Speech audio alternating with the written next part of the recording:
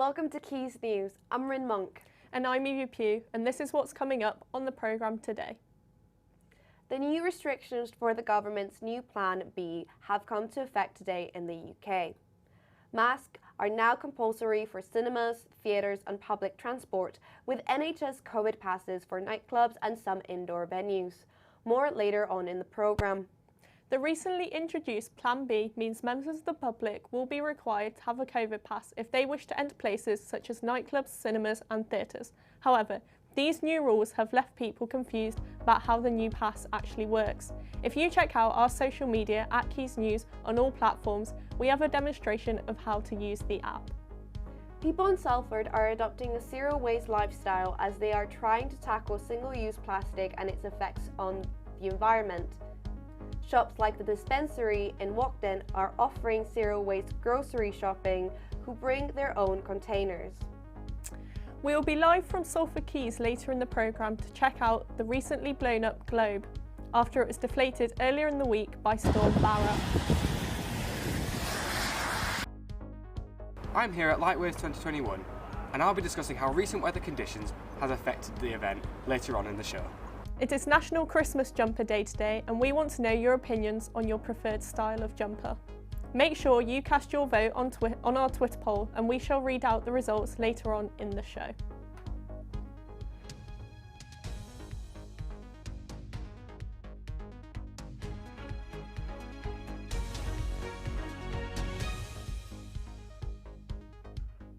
As Downing Street is being investigated for the alleged parties that happened last year, our reporter Georgia Lynch went to find out the hospitality sector view on the new political atmosphere that the UK is facing. The big Merry Christmas that everyone has had planned could not be so merry after all. The new COVID-19 variant, the Omicron variant, has introduced new restrictions such as wearing masks in public places. The hospitality sector was hit hard during 2020 and the consumer levels are still down by 70%.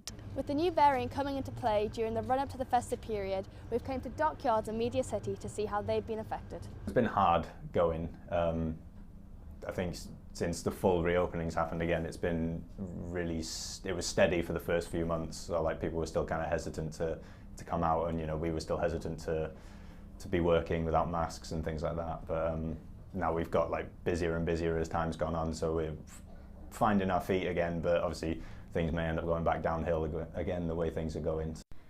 As well as difficulty during working hours, staff at Dockyard also shared how they felt about Christmas festives not going ahead. Last year obviously we didn't have one because we were still in lockdown, because we usually do it in like January or February.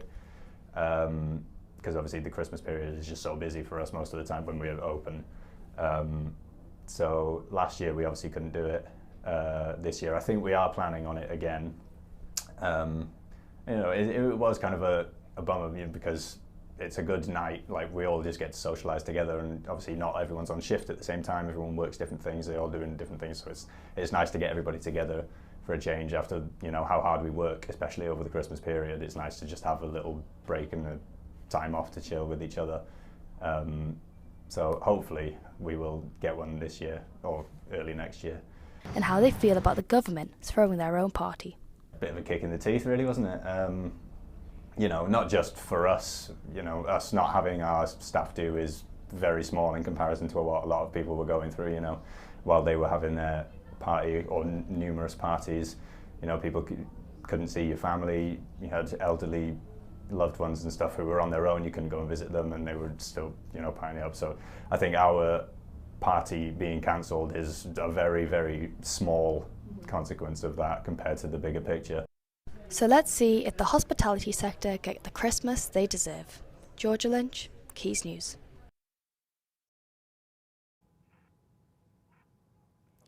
Across the UK, we only recycle 45% of our plastic waste, meaning the rest ends up in landfill or even in the ocean. Our reporter Liz Thieker went to find out how people in Salford are helping to fight the war on plastic.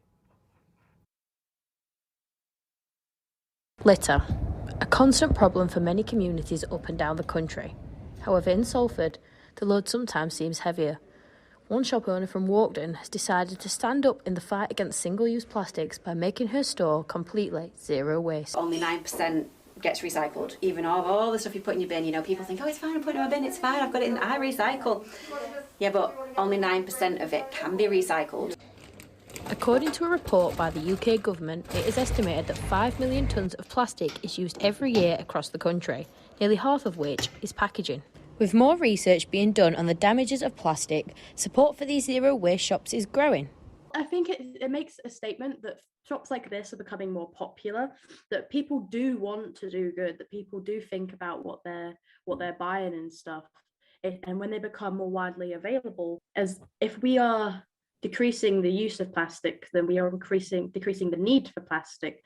This shop hopes to move to Media City, with hopes that they can dispense their knowledge of sustainable living to the community of Salford Quays.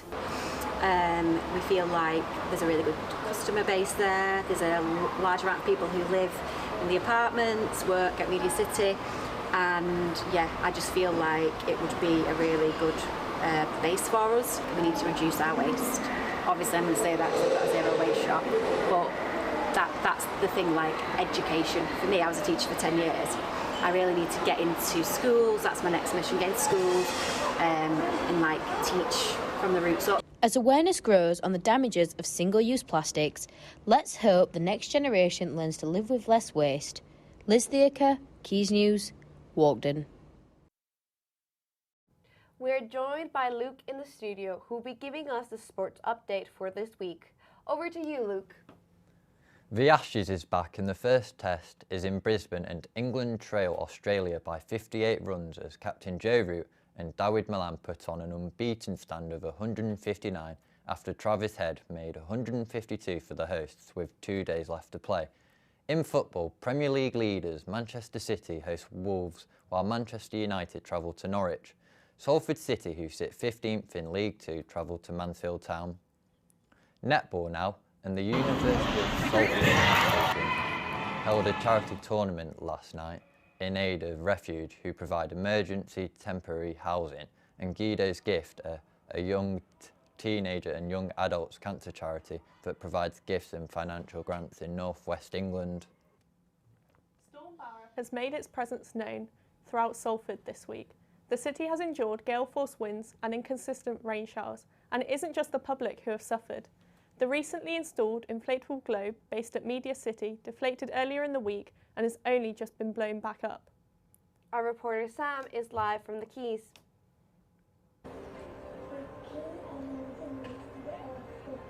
Hi, yes, I'm here at a very cold Salford Quays this evening, where Lightwaves 2021 is set to get underway for its final weekend. With heavy winds and heavy rain hitting this week, the event has had to be cancelled on 2 separate occasions. Main attraction, Floating Earth, as you can see behind me, was early deflated this week on Sunday evening, however later blown up on Thursday night. With more heavy rain and wind expected for this weekend, the event is still set to be successful, as many people will be coming to see this main attraction. Back to you in the studio. Earlier today in the show, we asked you guys what your favourite kind of Christmas jumper style was. Here are the results. So 38% and 30 said cute and tacky, 13% festive, and 11% nerdy. And if I'm honest, I will have to side with the nerdy and tacky, because the nerdier and the tackier it is, the more in love I am with those Christmas jumpers. What about you? I mean, I don't see how people can think Christmas jumpers are both cute and tacky. I certainly would go with festive, but as I can see, you and I both enjoy a good jumper. We're jumper people. We're jumper people. We know style. We know. And I myself do have a Christmas jumper at home, but you did say that you're not as festive. Yeah, I'm not as festive, but I still will enjoy a Christmas jumper anytime I see them. That is all for today. Make sure you follow us on our social media for updates.